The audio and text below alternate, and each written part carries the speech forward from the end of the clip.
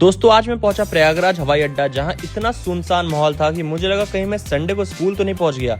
इससे ज्यादा लोग तो जूडियो के किसी आउटलेट में दिख जाते हैं। इस वीराने एयरपोर्ट पे दूर दूर तक जहाज का नामो निशान नहीं था। जहाज का इंतजार लोग ऐसे कर रहे थे जैसे मेरे रिश्तेदार मेरी बर्बादी शादी का। एयरपोर्ट पे इतने कम लोग थे कि बोर्डिंग के टाइम पे फ्लाइट क्रू पर्सनली लोगों के पास जाके बोल रही थी कि चलो फ्लाइट आ गई है। एक बंदे को तो ढूंढते ढूंढते शौचालय का दरवाजा ही खटखटाने लगे। भाई जहाज देख के तो मुझे अंदाजा लग गया था कि आज तो लगने वाली है। एयर अलायंस का ये डब्बा देख के मुझे लगा कि ये जहाज है या सरकारी बस।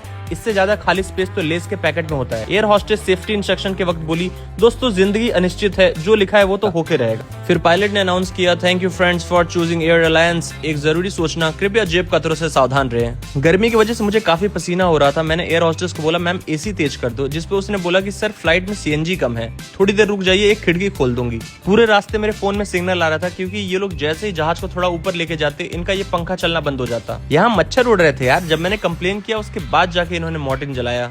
नॉर्मली फ्लाइट चलने के बाद air hostess tea coffee sandwich वगैरह सर्व करते हैं, बट यहाँ पे इन्होंने आके बोला कि सर अगर आप घर से कुछ खाना लाए हो तो खोलिए, सब साथ में मिलकर खाएंगे।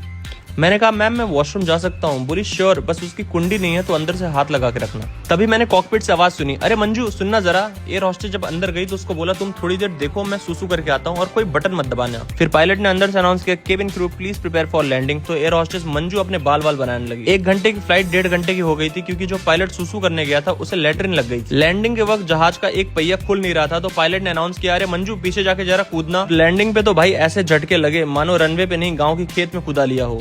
शायद मैंने कभी कुत्तों को घी की रोटी खिलाई होगी, इसलिए आज मैं सही सलामत वापस पहुंच गया। एक बार को कभी गरीब रथ एक्सप्रेस से चला जाऊंगा, बट इस झाड़ू फ्लाइट में कभी नहीं बैठूंगा।